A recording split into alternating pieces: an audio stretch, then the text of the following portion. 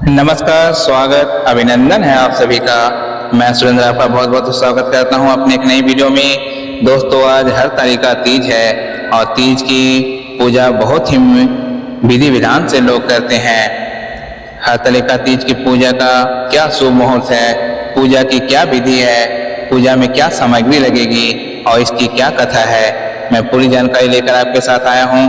तो बने रहिएगा मेरे साथ वीडियो में। दोस्तों, हरतालिका तीज व्रत कुमारी और सुहागिन स्त्रियां करती हैं। ये व्रत मनचाही इच्छा को पूर्ण करने वाला माना गया है। हरतालिका तीज 2024 में क्या है इसका शुभ मुहूर्त और क्या है इसकी पूजन विधि, सारी जानकारी लेकर आपके लिए आया हूँ। हरतालिका तीज के महिमा को अपरंपार माना गया है। हिंदू धर्म में विशेषकर सुहागिन महिलाएं के लिए यह पर्व महात्म्य बहुत ज्यादा। हरतालिका तीज व्रत हिंदू धर्म में मनाए जाने वाला एक प्रमुख व्रत है। भाद्रपद के शुक्ल पक्ष की तृतीया 6 सितंबर को हरतालिका तीज है। भारत में हरियाली तीज और कजरी तीज के बाद अब हरतालिका तीज का त्योहार मनाया जाएगा। 5 सितंबर को दोपहर 12:21 से शुरू होगी। इस तिथि का समापन 6 सितंबर को दोपहर 3:01 पर होगा। उदय तिथि के आधार पर हरतालिका तीज 6 सितंबर शुक्रवार को मनाई जाएगी।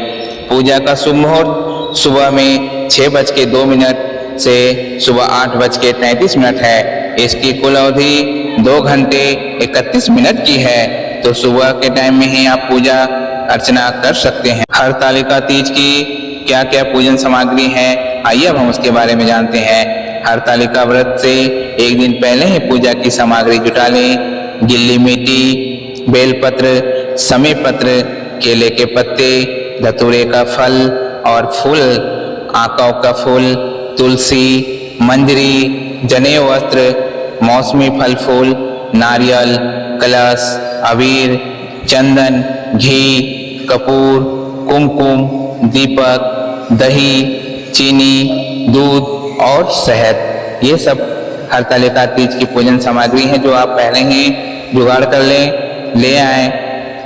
माँ पार्वती की सुहाग सामग्री भी आपको लेके आनी है, जिसमें मेहंदी, चूड़ी, बिछिया, काजल, बिंदी, कुमकुम, सिंदूर, कंघी, मोहर, सुहाग पिटारी, ये सब चीजें आपको लानी है। क्या है इसकी पूजन विधि हरतालिका तीज की, आइए अब जानते हैं। हरतालिका तीज की पूजा प्रदोष काल में की जाती है। प्रदोष काल यानी कि दिन रात के मिलने का समय। हरतालिका तीज के दिन इस प्रकार श्री पार्वती की पूजा की जाती है। संध्या के समय फिर से स्नान करके साफ और स्वस्थ व सुंदर वस्त्र धारण कर लें। इस दिन सुहागिन महिलाएं नए कपड़े पहनती हैं और 16 श्रृंगार करती हैं। इसके बाद गिल्ली मिट्टी से शिव पार्वती और गणेश की प्रतिमा बनाएं। दूध, दही, चीनी, शहद और घी से पंचामृत बनाएं। सुहाग की सामग्री को अच्छी तरह से सजाकर माँ पार्वती को अर्पित करें। शिव जी को वस्त्र अर्पित करें। अब हरतालिका व्रत की कथा सुने।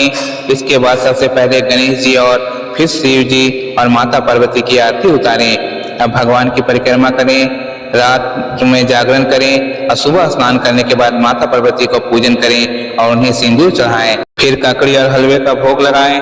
भोग लगाने के बाद ककड़ी खाकर व्रत का पालन करें। सभी पूजन सामग्री को एकत्र कर किसी सुहागिन महिला को दान करें। दान करने से पूजा संपन्न मानी जाती है। कैसे किया जाता है हरतालिका तीज व्रत, या ये जानते हैं इसके बारे में। हरतालिका तीज को सबसे बड़ी तीज माना जाता है। इसमें भगवान शिव और माता पार्वती की विधि विधान से पूजा की जाती है।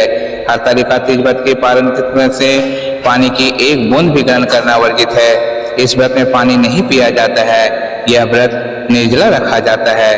व्रत के दिन सुबह सवेरे स्नान करने के बाद उमा श्री गणेश से पूजा सिद्धाय हरतालिका व्रत ममा से मंत्र का उच्चारण करते हुए। अगर व्रत के दौरान सूतक लग जाए तो व्रत रख सकते हैं और पूजा रात में कर सकते हैं। इस दिन महिलाएं 24 घंटे से भी अधिक समय तक निर्जला व्रत उपवास करती हैं। यही नहीं, रात के समय महिलाएं जागरण करती हैं और अगले दिन सुबह विधिवत पूजा पाठ करने के बाद ही व्रत खोलती है।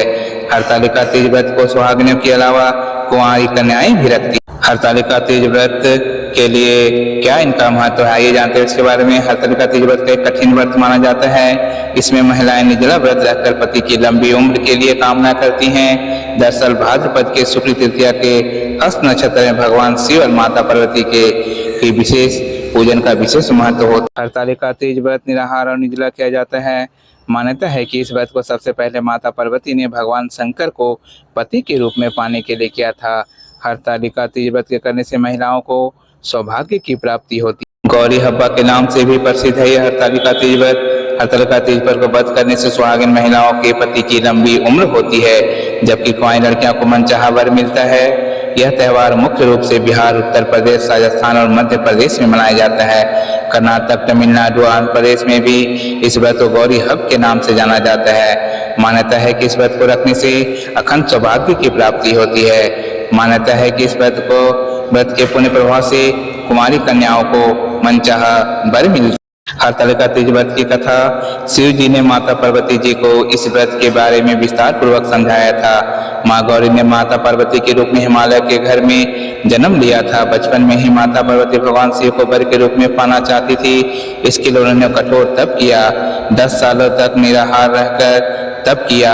एक दिन नारद जी ने उन्हें आकर कहा कि पार्वती के कठोर तप से प्रसन्न होकर भगवान विष्णु आपको पुत्री से विवाह करना चाहते हैं।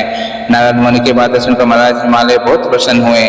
उधर भगवान विष्णु के सामने जाकर नारद मुनि बोले कि महाराज हिमालय अपनी पुत्री पार्वती से आपका विवाह करना चाहते। भगवान विष्णु ने भी इसकी अनुमति दे दी। फिर माता पार्वती के पास जाकर नारद जी ने सूचना दी कि आपके पिता ने आपका विवाह भगवान विष्णु से तय कर दिया है। यह सुनकर पार्वती बहुत निराश हुई। उन्होंने अपने सखियों से अनुरोध किया कि उसे किसी एकांत गुप्त स्थान पर ले जाने को कहा। माता पार्वती की इच्छा अनुसार उनके पिता महाराज हिमालय की नजरों से बचाकर उनकी सखियों ने माता पार्वती को घने सुनसान जंगल में एक गुफा में छोड़ आई। यहीं रहकर उन्होंने भगवान शिव को पति के रूप में पाने के लिए कठोर तप शुरू किया, जिसके लिए उन्होंने रेत के शिवलिंग की स्थापना की। संयोग से हस्त नक्षत्र में भाद्रपद शुक्ल तृतीया का वह दिन था जब माता पार्वती ने शिवलिंग की स्थापना की। इसी दिन निर्जला उपवास रखते हुए उन्होंने इस रात्रि में जागरण किया। माता के कठोर तप से भगवान विष्णु शिव प्रसन्न हुए और भगवान शिव प्रसन्न होकर माता पार्वती जी ने उनकी मनोकामना पूर्ण होने का वरदान दिया। अगले दिन अपनी सखी के साथ माता पार्वती ने व्रत का पालन किया और समस्त पूजा सामग्री को गंगा नदी में प्रवाहित कर दिया। उधर माता पार्वती के पिता भगवान विष्णु को अपनी बेटी से विवाह करने का वचन दिए जाने के बाद पुत्री के घर छोड़ देने से व्याकुल थे। इसके साथ ही मेरी ये जानकारी यहीं समाप्त होती है। दोस्तों, यदि मेरी द्वारा दी गई जानकारी आपको अच्छी लगी हो तो मेरे वीडियो को लाइक, शेयर और चैनल को सब्सक्राइब करना ना भूलें। मेरे दोस्तों, चैनल को सब्सक्राइब करने के बाद बेल आइकन को जरूर प्रेस कर दें ताकि इस तरह के मैं जितने भी वीडियो लेके आते रहूं उसकी नोटिफिकेशन आप तक आती रहे और आप मेरे हर वीडियो का आनंद लेते रहें। Thank you. फिर वह पार्वती को ढूंढते हुए उस स्थान तक जा पहुंचे। इसके बाद माता पार्वती ने उन्हें अपने घर छोड़ देने का कारण बताया और भगवान शिव से विवाह करने को अपने संकल्प और शिव द्वारा मिले वरदान के बारे में बताया। तब पिता महाराज हिमालय भगवान विष्णु से क्षमा मांगते हुए भगवान शिव से अपनी पुत्री के विवाह को राजी हुए।